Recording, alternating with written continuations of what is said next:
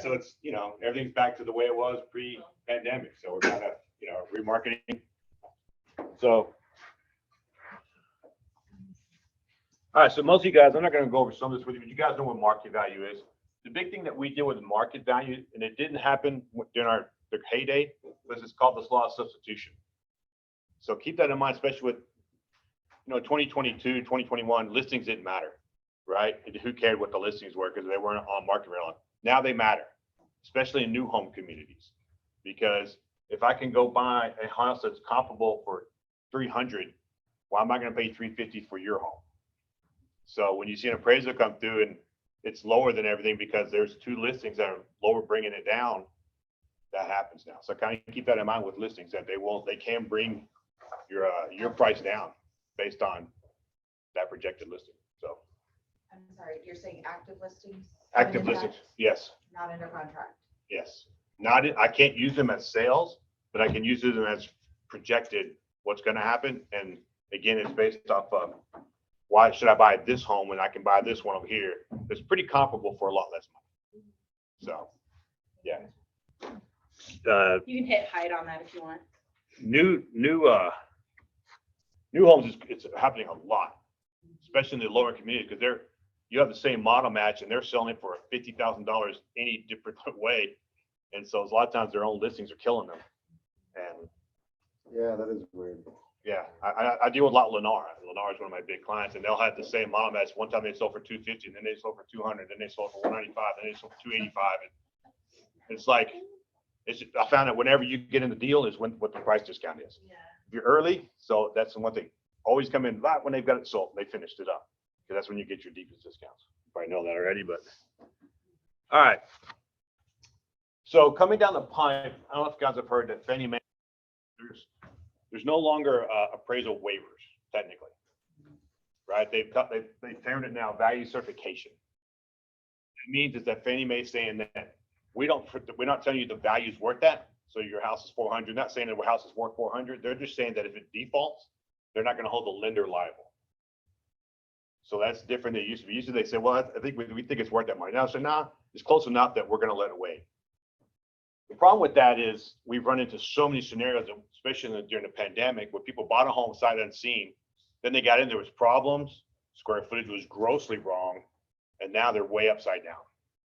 We had one that we heard about that was supposed to be 4,000 square feet. It measures 3,200 square feet. They're now vastly upside down. So, and it's no one's fault. It's not, but the buyer is probably pissed, and he's pissed at probably the buyer's agent. Yeah. It's not their fault. No one, you know, you can do what you do. The other thing that they're doing now is what's called a property data report. So reason we ask this is who's entering your home. So the property data report is they're sending somebody, we don't know who those people are yet, into homes to take pictures, and they do what's called a LiDAR scan. They kind of scan the property. You could actually be a property data collector. You have no idea what we're supposed to be looking for. So that's the issue. Every time I've gotten one of these, square footage is always wrong, dramatically. One of them, it was off by 600 square feet, and they just kind of guessed.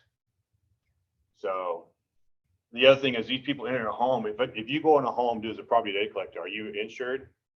Do you have liability coverage? If something happens, are you responsible? The answer is actually no. So you're letting someone in your home, your buyer's home or your seller's home, that something happens, they're not responsible. They're not liable.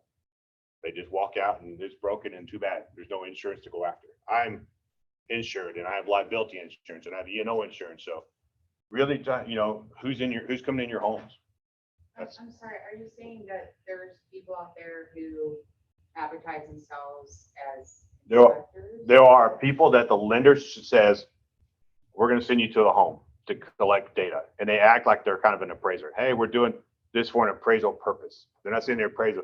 We're coming in to take some pictures and measurements for an appraisal purpose.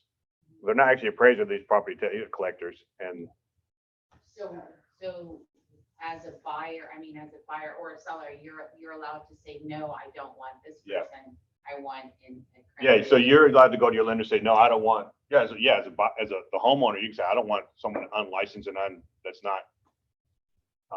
not insured to come in my home. Yes. Maybe background check. Maybe. So I could be letting a serial killer into my house. Maybe. that there's, right now, Yeah, I've been watching Mindhunter a lot.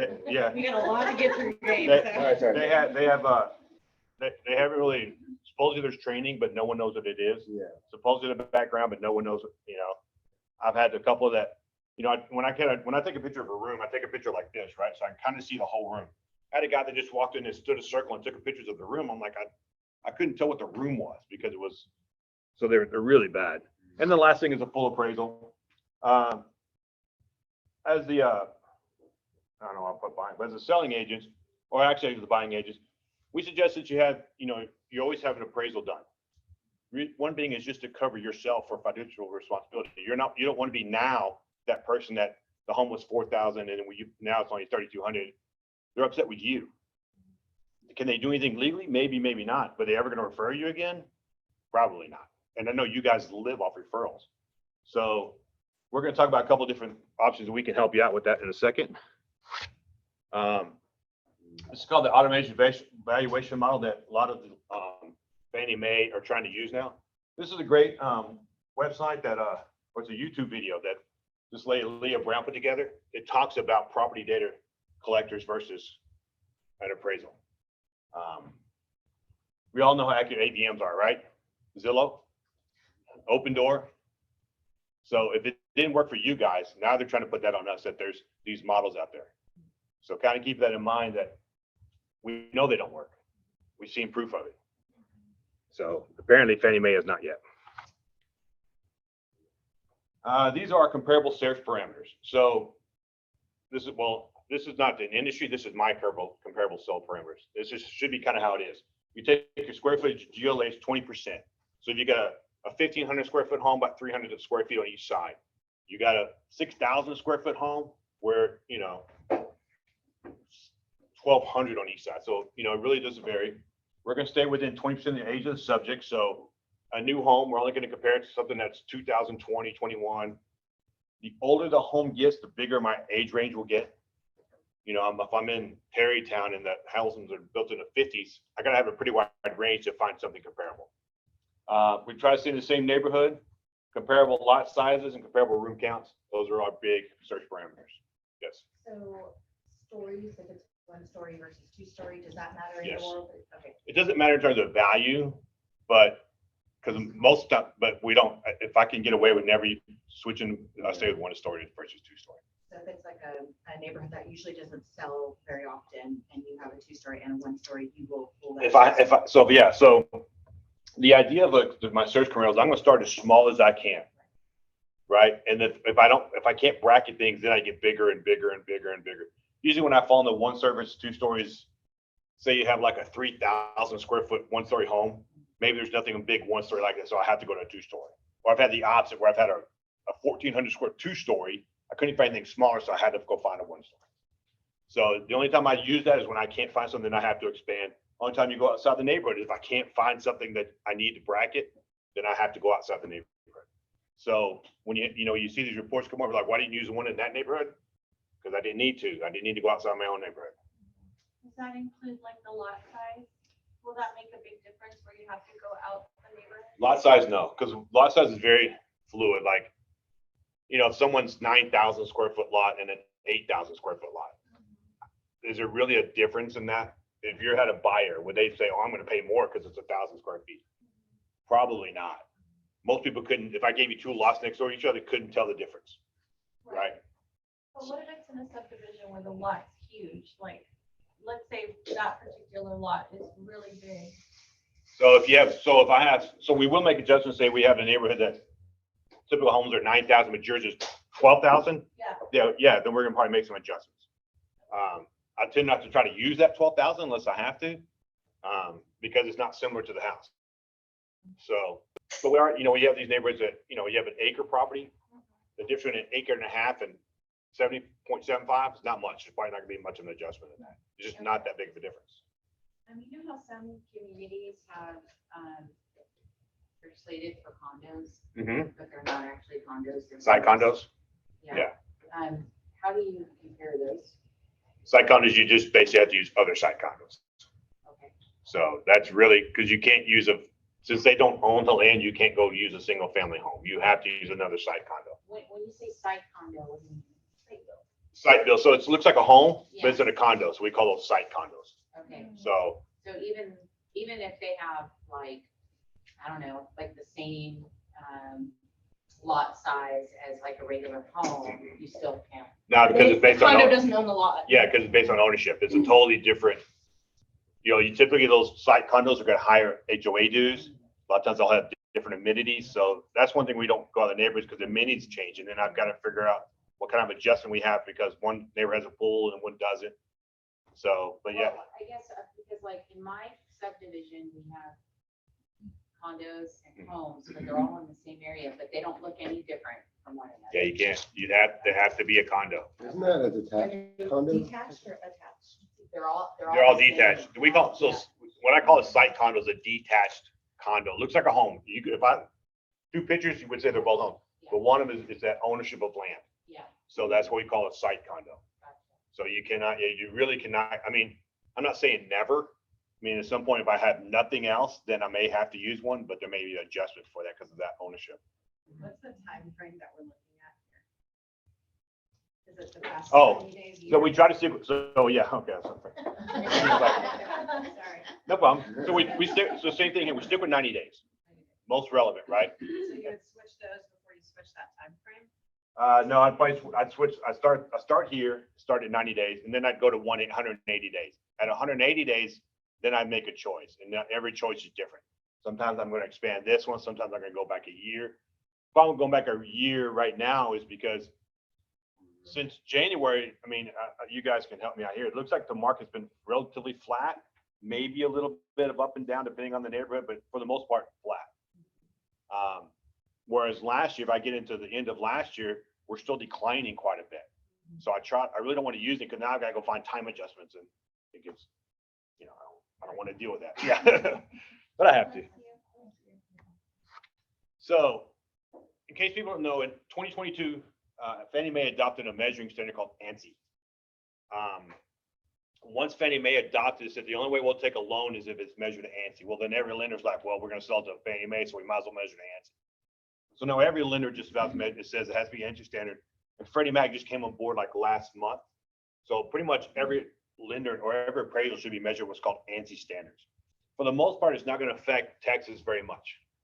Here's what we'll do. So the one story still done the same. We measure from the outside, take away the garage, and that's our square footage. 2 stories a little bit different.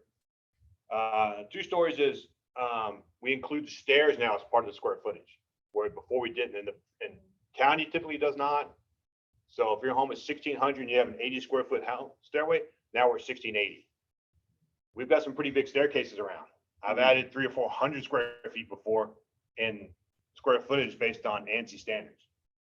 The other thing that, we don't see a whole lot in this area, but it has to be at least 5 feet tall, which is about my shoulder. So if I've got a sloping wall, that part of the wall is not going to be counted square footage. The ceiling must be at least 7 feet tall. 50% of it must be 7 feet. So if it's street pitch, that may not even be, any of that may be counted for square footage. So actually, we don't see that a whole lot, but every now and then you'll see something where they have a really pitch roof. None of that may be square footage. What about garage converts? So garage converts depend. So it has to be fully done, right? Garage doors are gone.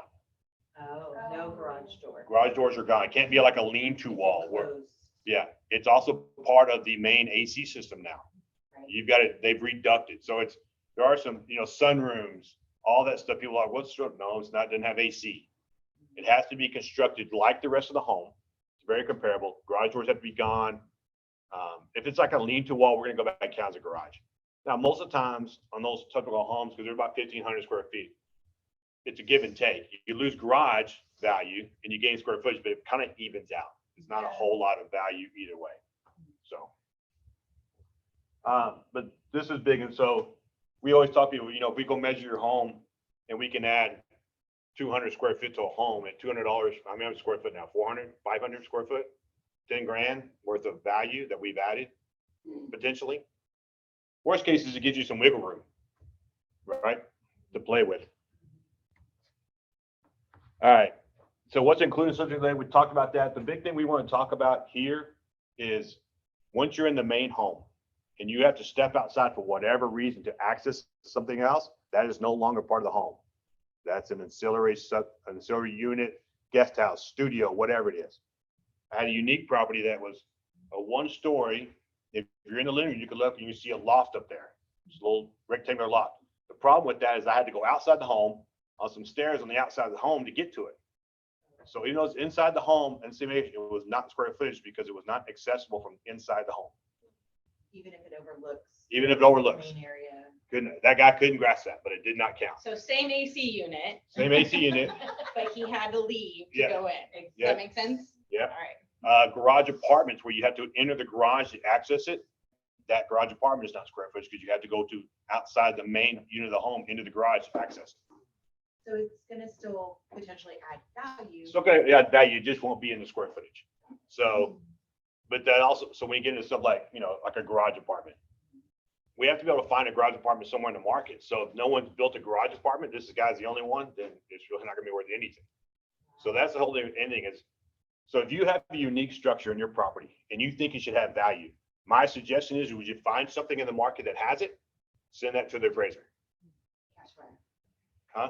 Cash buyer. Yeah, but that's the only way you're gonna get value is I've got to be able to prove that that particular function has value. And if you know something, well, I know this one's sold, because you know more of that neighborhood a lot of times than I do. I'm coming in, I know a lot of neighborhoods, but if you know that's, I remember that guy, send it to me. I don't care if it's 2 years old, send it to me. Because the more information I have, the better. So we'll talk about this because everybody asks me, do you mind, comps? And do you mind? I prefer you send me comps. I prefer you send me all your upgrades. Prefer you tell me any information that you have about that property that you think is relevant, I want it. How do you want it to be received? Either way, you can send an email, you can leave a packet in the home. I don't really care how I get it. Email's typically easier because I can put all that into my report pretty easy.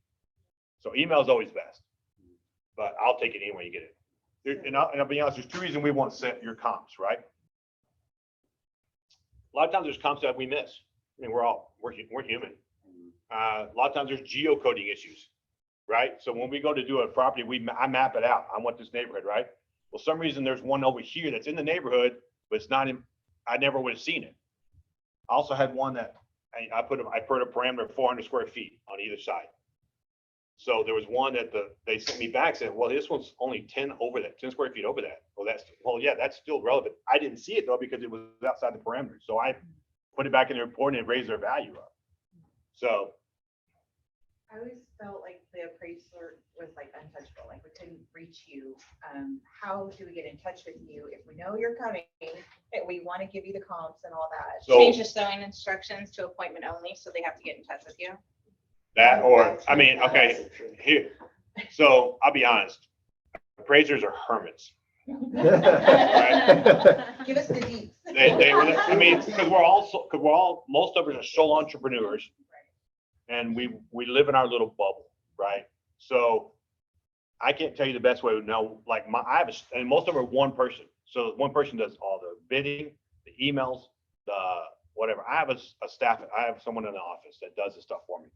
So when I have a listing agent, she'll either call you and say, hey, we're gonna send you an email. This is what we want, send it all back to us so you can send it right back to us. So we actually communicate, say, hey, we like this stuff up front.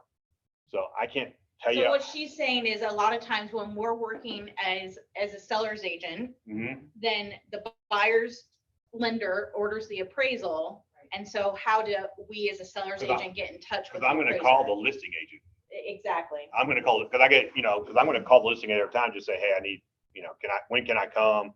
So I would always change the instructions, so it's by appointment only, and you are the only contact, and then they Yeah. have to. Yeah, they have to call you. Or just make an appraisal packet and leave it in the house.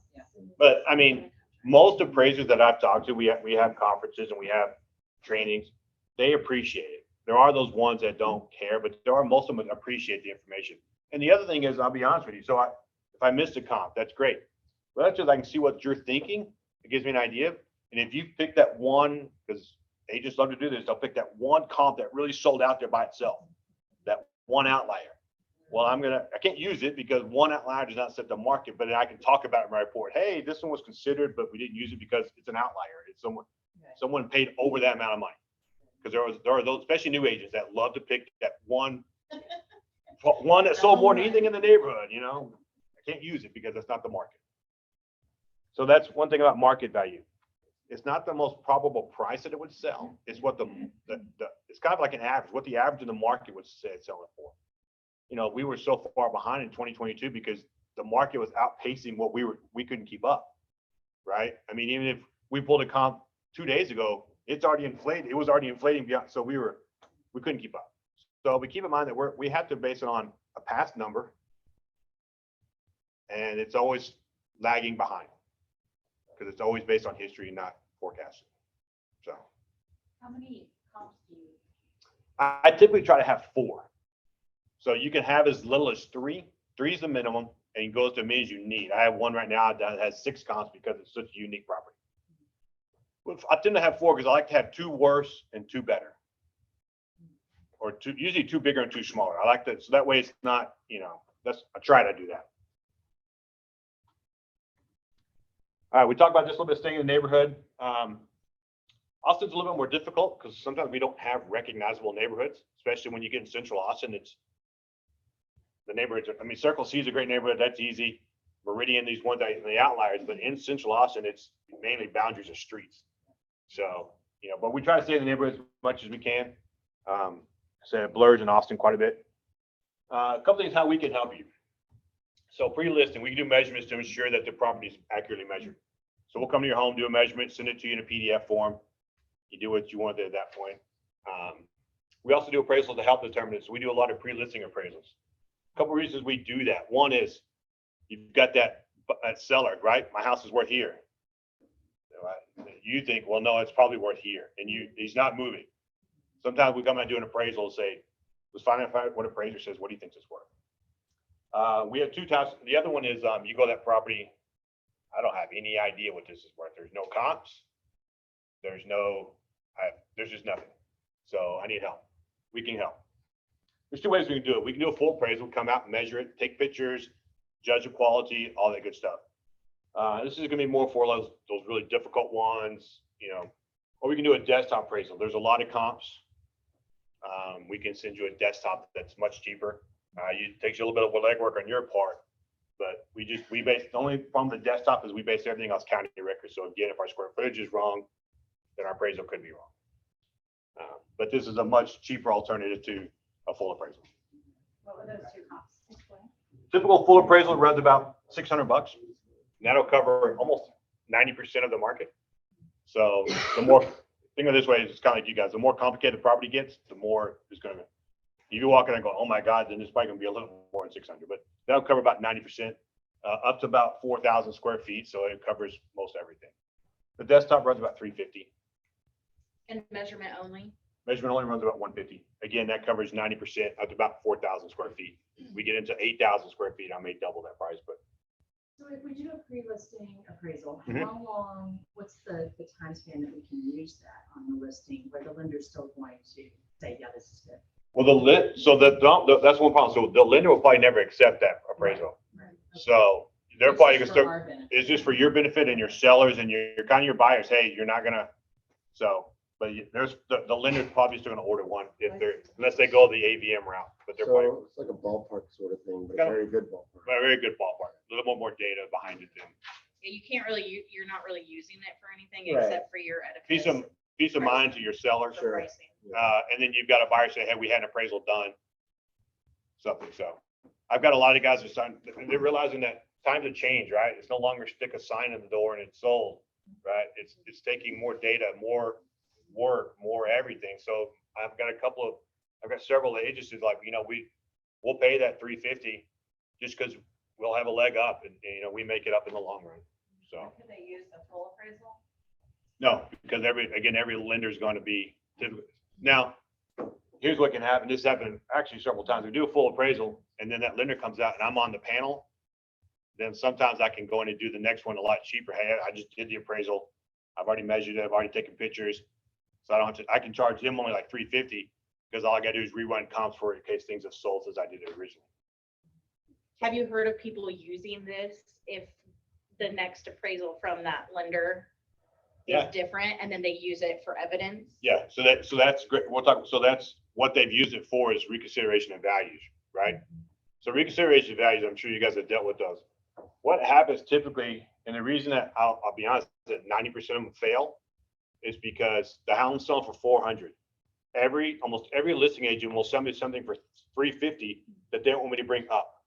They always want me to bring it up. And we're in a market where things aren't moving up, right? So if you want to try to reach serious value, if you ever have a question, call me. I'll be glad to try to walk you through it real fast. I got 10 or 15 minutes most time to help you out. You want to find something higher that bring down. I'm at 400. Look, we had one that sells for 500, so we know the market will support 500 and bring it down. I don't care if it's a lot nicer, quite a bit bigger. Find that thing that's higher that you can bring down. I'm sorry, what's the difference again between desktop and full? So the full is, we're gonna come measure it, so we'll know what accurate measure is. We're gonna take pictures. We're going to, we will to look for deficiencies, improvements, all that good stuff. The desktop is, we're gonna send, you say I want a desktop, I'm gonna send you a PDF. You're gonna go around and spot like and take photos of everything for me and send them back to me. We're gonna base it on county record square footage. So if that's wrong, that could affect it. That's kind of the big thing, especially on like a 2-story. If it's wrong, then my appraisal's gonna be wrong. But it's just done at our desk. We don't go to the field. We don't do anything with size. Conversion, like the garage that had been converted, so Right. that'll factor in. Yep. Is the garage, like we talked about before, is it gonna be counted anyway? Is the sunroom conversion be counted? Yeah, so during You're the, relying on the seller to give you all that. yeah, we're relying on the seller to send me that information. So it's a little bit of work on your part, but we're not coming out and doing it. So, Or use the agent, could also do it, right? yeah, the agent could do it. Sometimes, we have MLS photos. Sometimes we can use those. In the pandemic, it was happening a lot. Like I went out and got photos for an Yeah. appraiser. And so I just went and did everything. They did a desktop appraisal. Yeah, Is that the drive-by appraisal that I was hearing about? a drive-by is a little bit different because drive-by, I don't just gonna do drive-by and take a picture of the outside of the home and base it on other things that's sold in the neighborhood. So I know nothing about this home. So usually you're gonna come at the lowest value because you're assuming that nothing's been updated. Because if you have a bunch of updates, I want someone to see them. So I'm assuming that, so we're gonna, if the market says the lowest 300, then it's gonna be 300. Because I don't know what, I'd rather be low because I don't know what it is. So, Will you be discussing what updates you look for? yeah, we can talk about that. So typically on updates. So the biggest updates, of course, are kitchens and bathrooms. So we'll talk about, we'll start over. What determines value? Number one is square footage. Beats everything. That's our number one deal. So when we make adjustments on a report, we start with square footage. Then we'll typically start with our bathroom counts, make adjustments there, make adjustments on our garage counts. If there's a lot of adjustments, we'll make a lot of adjustments. So we made those adjustments. So now we're left with whatever our range is after. Now we're at 300 to 400,000. Now we're gonna start looking at the condition, what's been updated. Kitchens are a big one. Bathrooms, to a certain extent, flooring, lighting, but that's all secondary. When you say condition and you're looking at these things, are you talking about like if it's from 1980s versus the 2000s? So condition, so we have what's called a condition rating. It's, if you ever seen a report, it says C1, C2, C3, C4. C1 is brand new, never lived in.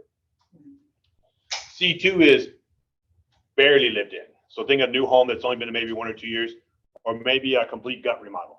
That would be more of a C2. C3 means if you're talking age, 15 to 20 years. Partially updated, not been updated. Over 20 years, it's gonna be a C4. We very rarely see C5. C5 is almost non-inhabitable. So we don't see a lot of C5s, but C4s, especially older homes, most are C4s. But we have so we can determine what's called the effective age. So effective age is however old the home is, minus updates is the effective age of the home. So if I can have a house built in the 50s, but effectively it's only 5 years old because they've done so much renovation to it. So you can have I've had a couple of houses where the house is only 5 years old, but they've destroyed it. So it's effective, it's 10. The dog just tore it all up. So, but we have a program that allows me to deduce the effective age based on different updates and what I think they're worth. And so What did you say C3 was? C3 is about 5 to 20 years. Oh, I thought I you said said 15. I'm sorry, 5 to 20. 5, okay. Yeah, 5. Sorry. And you said C4 is where most homes are? Most older homes, yeah. Yeah, if it's over 20 years, most homes are C4, because you could do a little bit, updating. So there's different remodel and updating, right? Someone put new countertops on. Well, that's not a remodel. That's just an update. They painted the cabinets. That's an update. Remodel is they jerked everything out and put all new stuff in. That's a remodel. So, we have some people, oh, we did a complete remodel. Well, no, we didn't. We just threw some counters on, and now we're, did some paint. That we remodeled. So that happens quite a bit. But that's what we're looking at. And then quality, there's same thing. We have, 4 different qualities, typically Q1, Q2. I've never seen a Q1. I'm sure they're out there. I'm sure that's a 20 million. I mean, it's got the bowling alley in the basement or whatever. Oh, wow. Q2s are, those are going to be the multi-million dollar. You walk in and you're like, wow, that's okay. That's cute. Q3s are going to be, if it's built now and it's worth 800,000 plus, that's why a Q3. Most homes are Q4s. It's standard built, may have some updates. It may look sort of nice, 500,000. It's nice, but it's not more. It's still not into that wow. So it's hard to. It's a very floating range. So I think that's but that's about it. So. And what about like, when you give it, I don't know if you can do this, but give a value to like, if they have, like if one property has a bathroom and the other one doesn't, how much do you give to that? So it depends. Okay. This is gonna be that's your favorite answers. It depends, right? So if I have a bathroom in a $20,000 or $200,000 home and a bathroom in a $2 million home, those aren't worth the same amount. Right. So I have another program. So I'll take all the sales from the area and put in this program, take comparable sales input in this program. And it will spit out a bunch of adjustments. So this is kind of like one here. This is actually the program here. So I put in a bunch of things in this program. It gave me what a probable range of lot adjustments is. It gave me a probable range of what the GLA adjustments would be. Different, and it has different criteria. This is depreciated cost. We've got paired sales analysis. We got group data. So all kinds of stuff. We've even got purple is what other appraisers have done. So we have all kinds of data that I can try to figure out what that's worth. I'll be honest, we tend to use depreciated costs a lot. It's probably the most Can you talk a reliable. little bit, what do you mean appreciated cost? Appreciated cost is what it would cost new minus age of, how much it's worn, how much it depreciate over time. So that we use that one quite a bit, but like in this one here. So our bathroom count for this particular property was, so our garages were worth, I think we assigned a garage at $40,000. I'm sure this is, I think this was. Two-stall garage? No, per garage, but this Oh, is, but per this is like a $2 million home, so the garage is worth more. Bathrooms, we gave 40 grand for this one. So, so we have, but if, all the data shows a lower number, then it's gonna be, of course, $5,000, right? We got half baths, we got pool exist. We've got water views. Pardon me, what was the cost of the septic home, give or take? I'd have to look at the address. I think we ended up doing this one at 2.5. Okay, yeah, just range. Yeah, that 2.5, I think. Right. So. The cost of the bathroom, that's relative to that high. Yeah, home. right. So, so here's what's happened with appraisers, right? I was taught this 10 years ago. And you probably see this a lot if you've ever seen appraisal. Bathroom's worth $5,000. They're always worth $5,000. Half baths, 2,500, garages are 10,000. GLA adjustments is $40, $1 a square foot in lot. Go. That's what it was. So you put all that in and you're okay. But I started thinking about, I was like, this doesn't make sense because I have this huge home that the bathroom's not worth $5,000. I know so that faucet was worth $5,000 by itself. So I started thinking about this, and then they came to this program about a year ago, and it's really changed the landscaping of what it should be. I mean, we have condition adjustment. It's, if you look on here, so we're switching from I won't stay. We go from a C5 to C6, which we don't see those in, but there's about a $26,000 adjustment we can make based on depreciated cost. 126. So we have quite a few adjustments we can make. Now I'll be honest, the hardest adjustments to make, these view adjustments, because they're totally subjective. So when you're trying to say, So I see there's a green belt, my green belt adjustment, totally subjective. You know, the only time we really water view is when you walk out and you can just see water. That's because I love, so I'm gonna get on my soapbox for 1 second. So based on, our job is based on information that you guys put into the system, right? So if you guys put in bad information, we get bad information. Preach. So what we see a lot of is city view, right? If I look through the trees and I pull the leaves apart, I can see the top of one building. So that's a city. So it's not a city view. So square footage is, you know, when you have that guest house, we see that a lot. They lump it all together. And so I have to, so if you're gonna do that, which I don't suggest you do, but I understand why you do it, in your comments, make some comments. Hey, the main house is blank, blank, blank, blank, blank, many rooms. The guest house is this, blah, blah, blah, blah. So that I'm not calling you a year from now, because I sometimes have to go back a year on guest houses. Hey, you remember this house you sold a year ago that has a guest house? Did you include it? Yes or no? What was it? How big was it? Do you know? You know, but if you put that in the listing when you do it, then at least I know I don't call you later. So, but that's, you know, I had one that it was a listing and I said, hey, you know, I called the guy. He said, yeah, we include it. I said, well, you know, you really can't do that. It doesn't count. Oh, we don't care. No one, because basically there's no punishment for you guys being wrong, Well, right? can you talk, I mean, because you guys also understand, like, he's mentioned several times, whatever the county has listed. So as soon as the county gets a square footage, they're not changing it unless, It never changes. yeah, well, not never, it can, but Well, it's very rare very rare. because a homeowner's not going to go, hey, my house is bigger. Yeah, Never going to happen. yeah, that's never gonna happen. The only That's time never it gonna changes happen. is No, if no. it's maybe smaller. Hey, our house isn't as big as we thought. Now I'm going to change. But that's the only time they try and get changed. Other than that, it never Someone did it changes. wrong So before. it's 90% of time county's wrong. I can tell you right now, you guys know that. And And it's that's what we're pulling and putting into MLS. every time. Whenever we're pulling from tax records, that's what we're So pulling. you're saying we should get a free appraisal? I'm saying that a one story, yeah. It 90 doesn't wrong. mean it's like 500 square feet off Yeah. every time, but. I'm saying one stories for the most part, you can probably get away with. But on these two stories, when we have some staircases and is it open air and there's a lot of, I suggest getting not a pre-appraisal, but just get it measured so you at least know. Yeah. So, and I mean, that's something that can be done in a day. Hey, can you go measure it tomorrow? Unless I'm, you know, you, me and Austin, I'm in San Antonio tomorrow. Yeah, I can probably come do it tomorrow. What did you say, something like that cost us for the measurements? 150.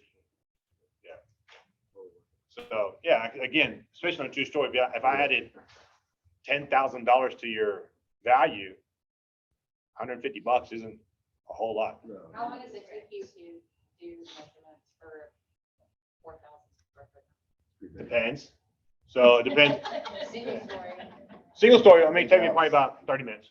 So if you look at it like on two stories, right? If they kind of all match up, the second story looks like the first story, those are pretty easy.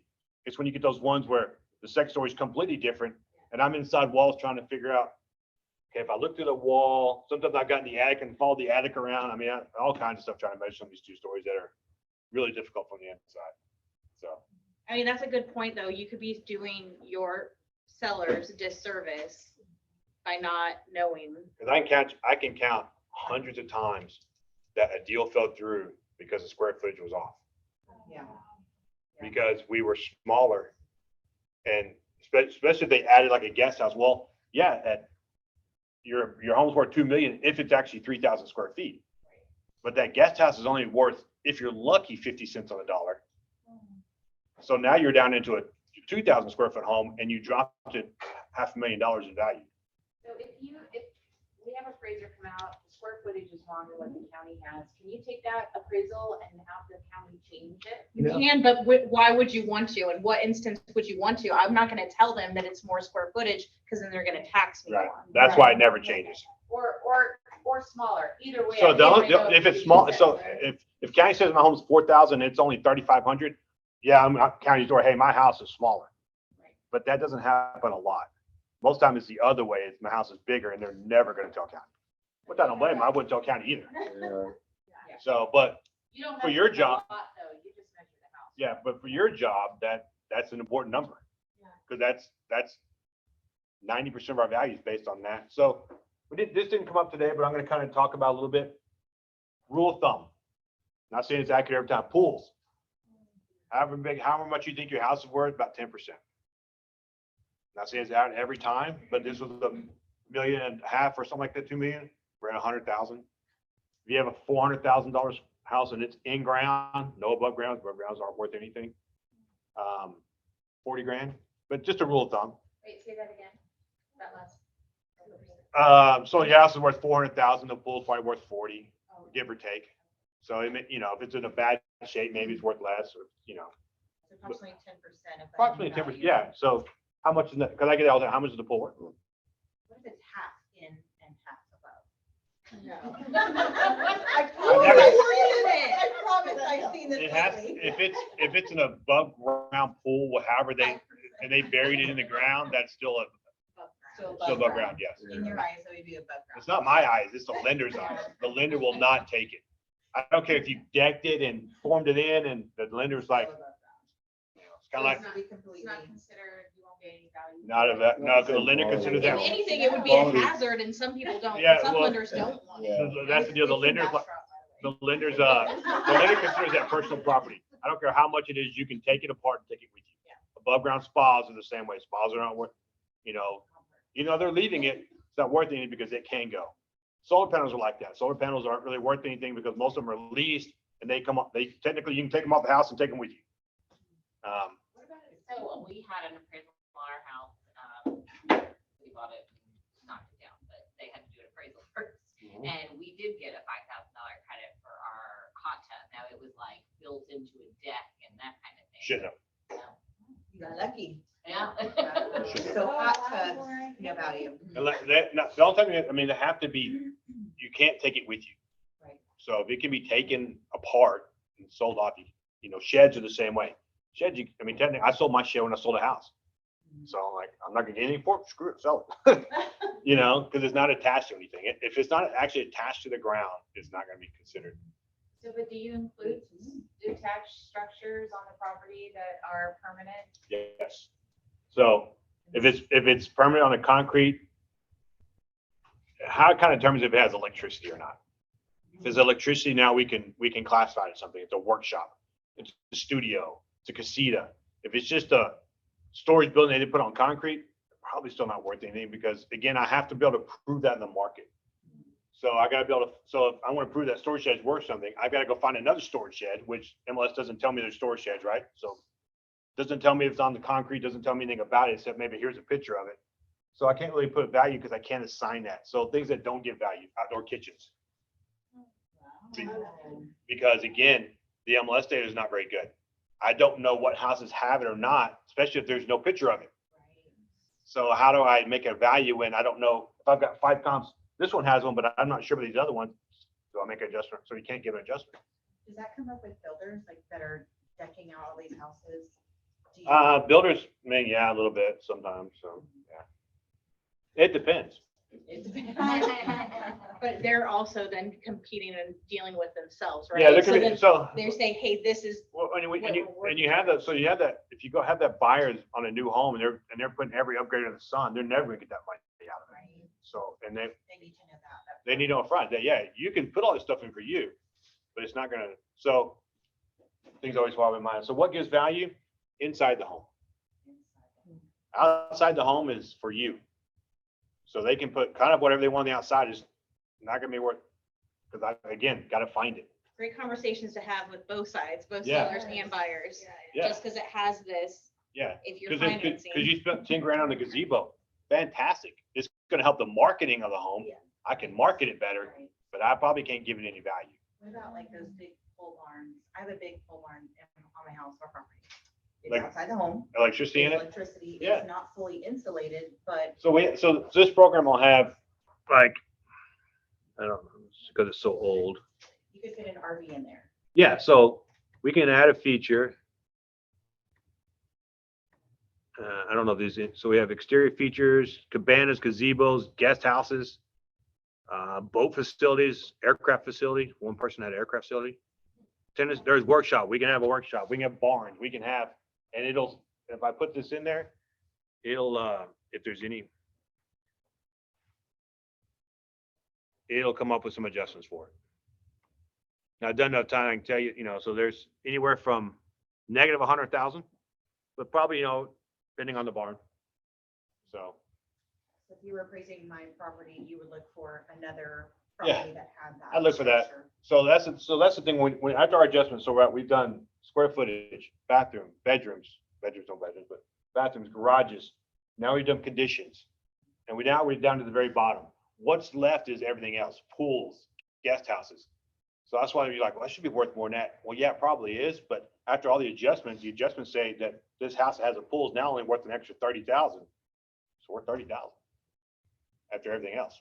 So South Austin is full of like garage conversions into rooms or whatever. Right. Would you say the conversion is more valuable if it's air conditioned, or would you say having the garage, actual garage? Depends on the neighborhood again.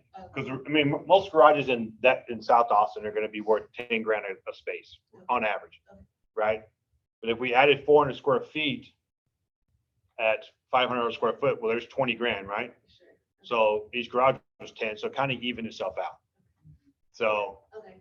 but some people want that. Every buyer's gonna be different. So you don't know this. Some buyers like, well, I want a garage. Right. The one not gonna look at it. Some people are like, ooh, I really love the way they did this den or family room or whatever they turned it into. Yeah. So it's extra space. So it's good. There's More likability. right. I can tell you a negative and positive on everything, right? Because everybody's like, I get real estate. Hey, it's a corner lot, right? Should be worth more.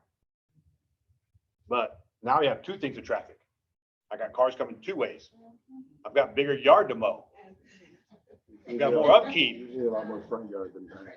So is it really worth more? Is it, cul-de-sac lots, same thing. They go out like this. Well, that's a ton of yard to mow in the backyard.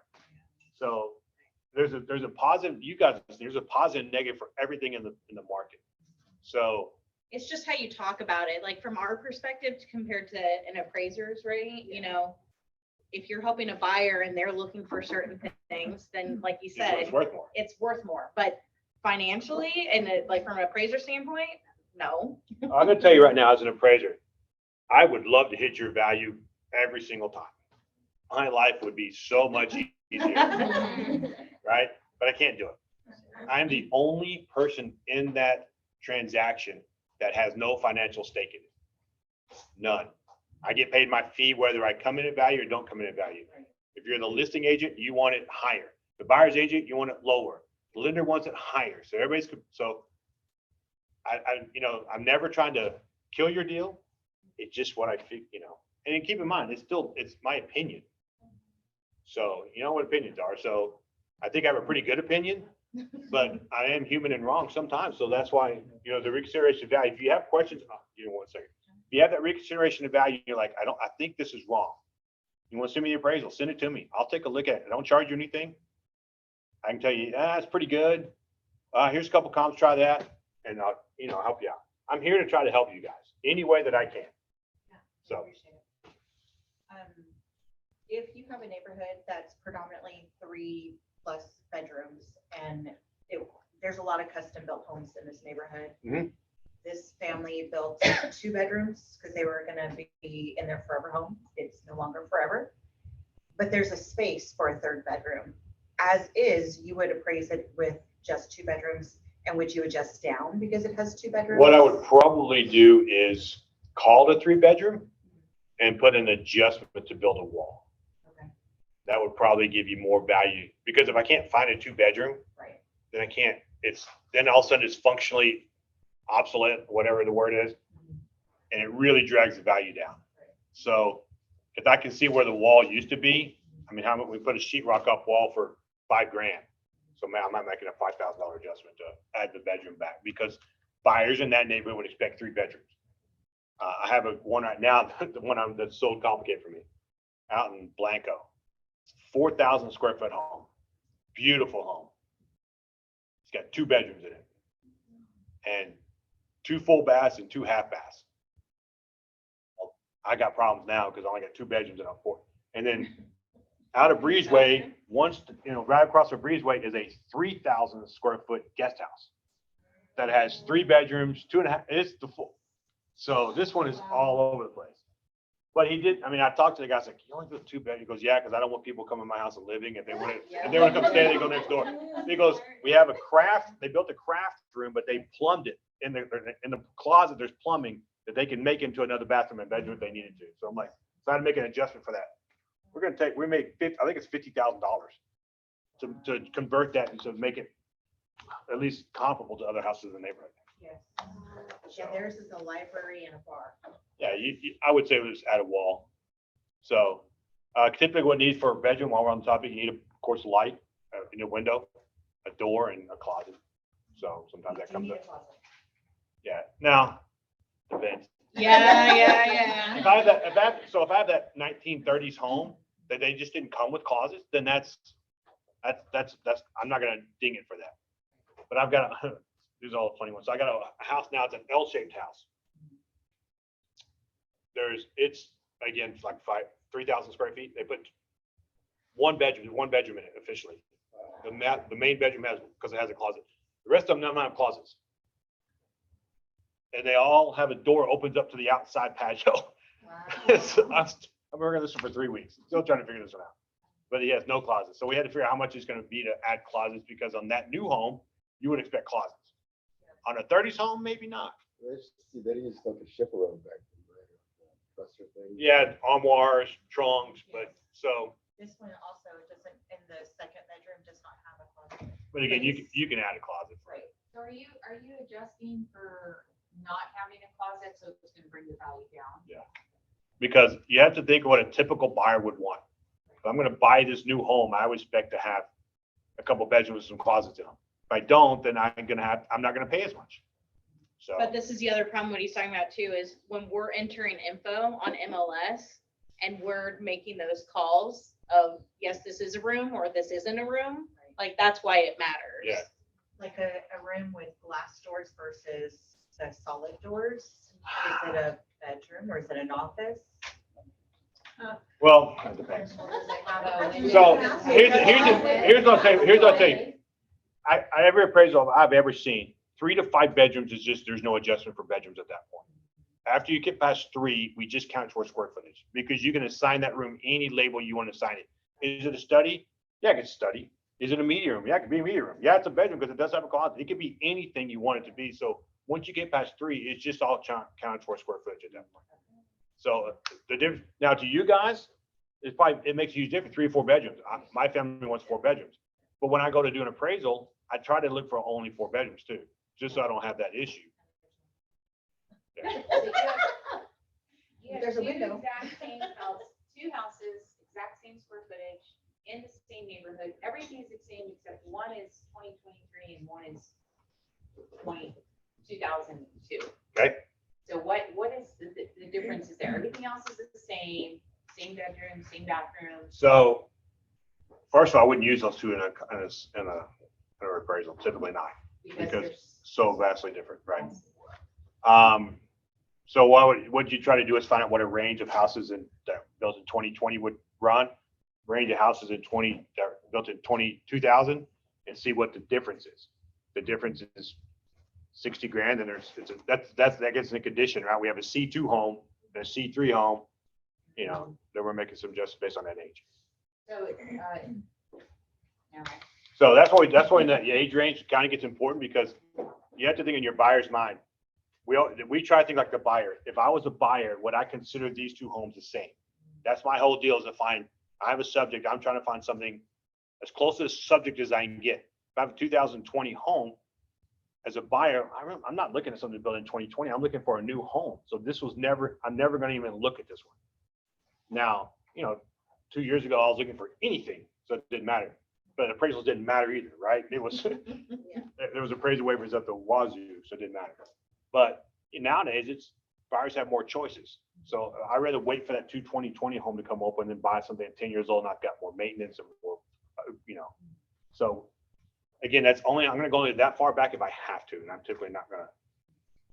And also, the good thing about Austin is most neighborhoods, there's a lot of turnover, so there's typically enough comps in any particular neighborhood. So you were saying earlier that appraisal waivers aren't being accepted anymore. they're not called appraisal waivers anymore. They're called asset value or asset verification.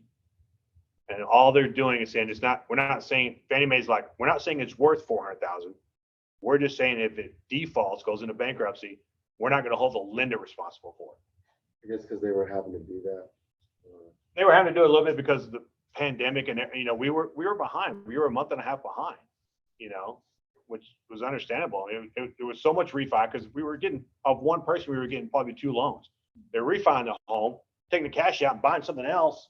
So we got the refi, then we got the purchase, and then it was just, we couldn't keep up. Now we're only 2 days out, 3 days out. So there's no shortage of appraisals right now. It's just, we're just at a time where it's just nuts. What he's talking about is like, we still have the form to Right. waive, it's a right to, But when you lender go to appraisal. a lender, I guess when the buyer gets a certain type of loan, some loans require an appraisal and some of them. I mean, all do, but sometimes they're able to waive it based Right. off of if there's enough value or. Yeah, XYZ. you get that's more than me. So there's enough value or there's enough equity into it that they think that That's separate. they're safe. What we caution at is we encourage you to come up with an appraisal waiver form, an appraisal waiver form of your own, right? You're the buyer's agent, and they go through everything. They don't need an appraisal. They don't need anything done. But as a fiduciary, I would say get an appraisal done so that you know that you can go to your borrower. Hey, you just spent 600 grand on a home. We want to make sure it's worth 600 grand. There's not something we don't know about missing square footage, right? And if they say, no, I don't want to do that, I'm good. I would have a form saying, hey, I did recommend that you do this. Sign this for me in case something happens down the road. We're not, you don't hold me responsible as your buyer's agent that I didn't tell you. So whether you do it or not, it's up to you, but I would strongly do it because there's been there's going to be a choice. What's going to happen where someone that 3,500 square foot is supposed to be 4,000, they're suing somebody. Yeah. And the only person left is the buyer's agent. Don't be that way. Yeah. So, and it wasn't your fault, you followed your protocols, but it's So how good. do we get hold of you?